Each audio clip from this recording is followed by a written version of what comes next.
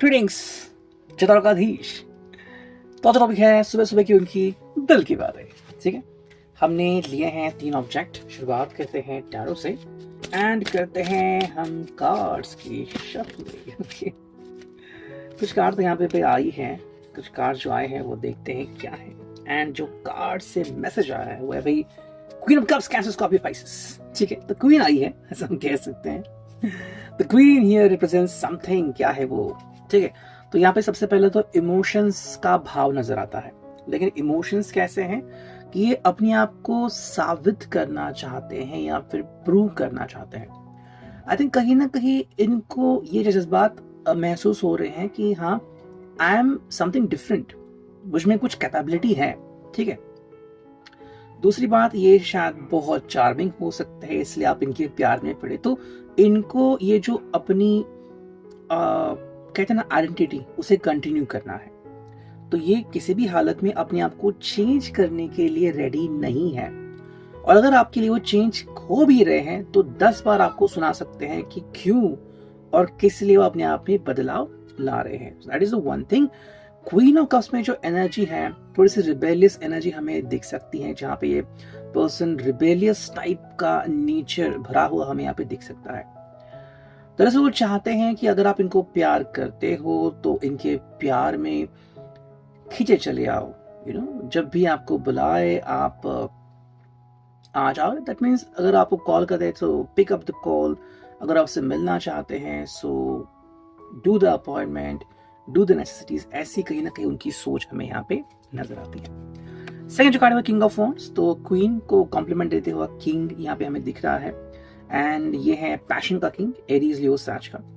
अगर हम इसकी बात करें तो ये पर्सन जो है वो मेरे हिसाब से यहाँ पे कुछ चीजें आ रही है। फर्स्ट थिंग, ये आई थिंक कहीं ना कहीं किसी पर्सन से डरा हुआ है या फिर किसी पर्सन का इसके ऊपर बोझ है। मोस्टली ये इस पर्सन के पेरेंट हो सकते हैं या फिर ग्रैंड पेरेंट हो सकते हैं।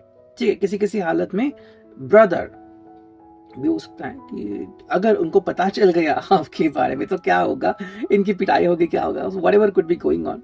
ठीक है, तो हम कह सकते हैं कि हाँ, ये लिमिट में क्यों बिहेव कर रहे हैं, बिकॉज इनके ऊपर किसी का प्रेशर है ना। जैसे कि अगर किसी के ऊपर प्रेशर नहीं होता तो पर्सन जो है वो बेलगाम होता है। यहाँ पे मेरे हिसाब से ये पर्सन बेलगाम नहीं है, इसके ऊपर किसी ना किसी का प्रेशर है। That is the one thing. इसलिए वो मैं भी आपको साफ साफ जवाब देता हूँ कि जब फैमिली कहेगी तब वो मैरिज के बारे में सोचेंगे, या फिर उनको पहले फैमिली को बताना होगा कि उन्होंने किसी को ढूंढ लिया है लाइक वाइज। तो ऐसी चीजें यहाँ पे दिखती है। तो कहीं ना कहीं किसी का प्रेशर तो हमें इनके ऊपर जरूर दिखता है। वाह, थर्ड कार्ड भी आ गया डायरेक्टली। एंड ये जो कार्ड आ गया है वो भी 9 of coins, taurus, Virgo, Capricorn. Practical nature हमें यहाँ पे दिखता है। प्रैक्टिकलिटी यहाँ पे बहुत क्लियर दिख रही है हमें, जो कि बढ़िया बात है। बट अगर हम प्रैक्टिकलिटी की बात करें, ठीक है, 9 ऑफ कॉइंस की बात करें, तो हम कह सकते हैं कि ये पर्सन जो है वो बेसिकली आपको ये बताना चाहता है कि अभी उनके पास सब कुछ है, तो आप अगर चाहे तो दोनों अभी भी एंजॉय कर सकते हो। यानी कि मे बी ये नहीं चाहते कि डायरेक्टली आप शादी के ख्याल तक पहुंचे। हालांकि अगर आपकी शादी ऑलरेडी हो चुकी है तो इन्होंने शायद आपके लिए वो सब तैयार किया होगा जो आपको कभी चाहिए था, आलिशान घर, मकान, व्हाटएवर इट कुड बी।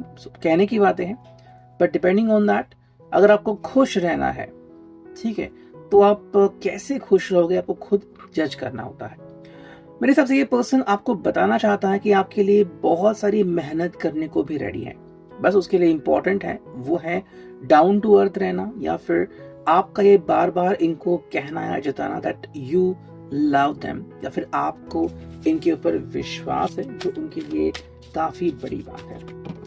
ठीक है, नेक्स्ट जो कार्ड हमें यहाँ पे मिला है, 2-3 कार्ड्स मिले हैं, उसमें से पहला कार्ड देखते हैं जो कि है 5 of cups, cancer, Scorpio, Pisces.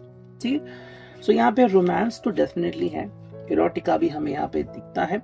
दूसरी अगर हम बात करें तो हाँ, ये पर्सन जो है वो आपसे बहुत ज्यादा एक्सपेक्टेशंस रख रहा है। तो आई थिंक ये हो सकता है कि आपके इस रिश्ते में शायद फिजिकल इंटीमेसी थोड़ी ज्यादा हो सकती है।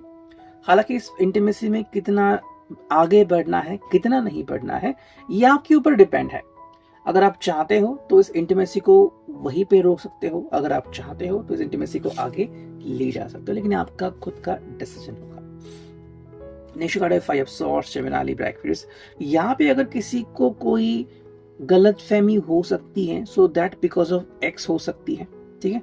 मे बी अगर बार बार आप इनके एक्स के बारे में सोच रहे हो या फिर आपको लग रहा है कि इनका एक्स कम्युनिकेट करेगा, तो वो एक व्यवधान, एक नेगेटिविटी तैयार कर सकता है। सबसे पहली बात, अगर आप इनसे कनेक्ट कर रहे हो तो क्या ये अपने एक्स से जुदा हो चुके हैं, नहीं, ये पहले देख लीजिए। और अगर आज भी अपने एक्स से बात कर रहे हैं, चाहे वो फ्रेंडली हो, तो आपके मन में तो ये सवाल हमेशा आता ही रहेगा। That is the one thing. 5 coins, so triple 5 think मेरी सब यहाँ पे आ गया है। Taurus, Virgo, Capricorn.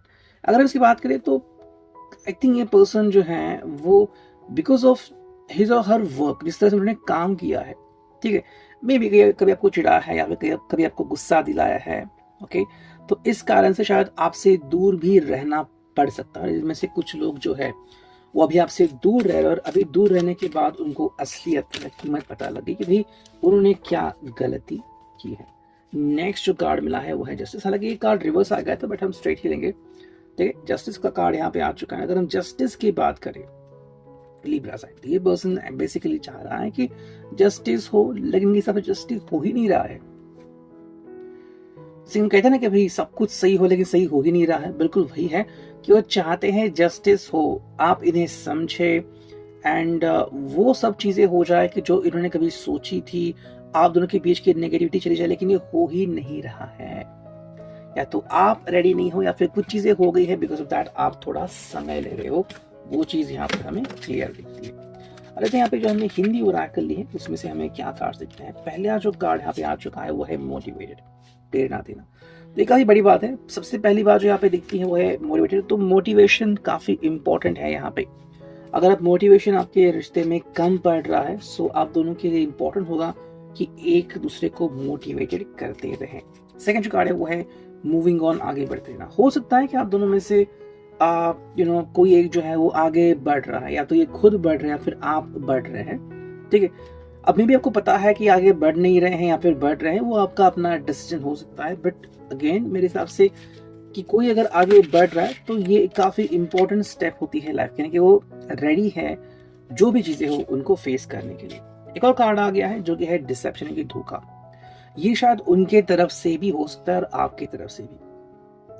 May be अगर वो अपने पास्ट को कुरेद रहे हैं कि मुझे धोखा मिला था, मुझे ये हुआ था, तो उसके वजह से वो शायद आपके ऊपर इतना जल्दी विश्वास नहीं कर पा रहे हैं। और अगर एक बार धोखा मिला तो मुमकिन है दूसरी बार भी धोखा मिले। तो ऐसे में अगर आपको लग रहा है कि इनके मन में कोई शंका है, तो डायरेक्टली आप इनसे बात कीजिए और हर प्रकार से इनको बताइए कि भाई ऐसा हो नहीं सकता, आई एम विथ यू। तो ये काफी इंपॉर्टेंट है अगर आप इसके ऊपर एक सोल्यूशन निकालते हो तो। नेक्स्ट जो कार्ड हमें मिला है वो है ड्रीम। तो आप दोनों के लिए ड्रीम काफी इंपॉर्टेंट है। इनको बताना काफी महत्वपूर्ण होगा कि भाई आप दोनों ड्रीम देख रहे हो, दोनों का एक खट्टा सपना है। अगर आप ये बताने में कामयाब हो चुके हैं तो इस पर्सन के मन में कोई भी शंका नहीं रहेगी। लेकिन अगर आप इनको कन्विंस नहीं कर पाए तो शायद ये पर्सन जो है वो बार बार क्वेश्चंस उठाता ही रहेगा। सेकंड जो कार्ड यहाँ पे आ गई है वो है लाइट। तो हाँ, कहीं ना कहीं पे आपको ये बताना होगा कि आपके मन में इनके लिए कितना प्यार है, या फिर आप एक सोर्स ऑफ लाइट है, यानी कि भाई आपका दिल जो है वो बहुत पावरफुल है एंड आप हमेशा से ये अच्छे काम करते आ रहे हो, ये आपको इनको बताना पड़ रहा है। नेक्स्ट देखते हैं हमें क्या कार्ड्स मिलते हैं। सो लेट्स सी, जो नेक्स्ट कार्ड हमें मिला है यहाँ पे वो है रिफ्लेक्ट।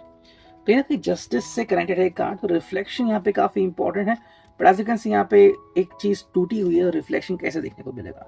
तो यही हो रहा है कि इस पर्सन ने अगर अपनी आंखों के ऊपर चश्मा पहन लिया है, तो जब तक कि ये पॉइंट नहीं आता तब तक ये आपको इग्नोर करते रहेंगे। ऐसे में काफी इंपॉर्टेंट है करेज दिखाना, साहस दिखाना, कहना कि भाई I am with you and definitely हम दोनों में से कोई ना कोई सोल्यूशन निकाल रहे हैं।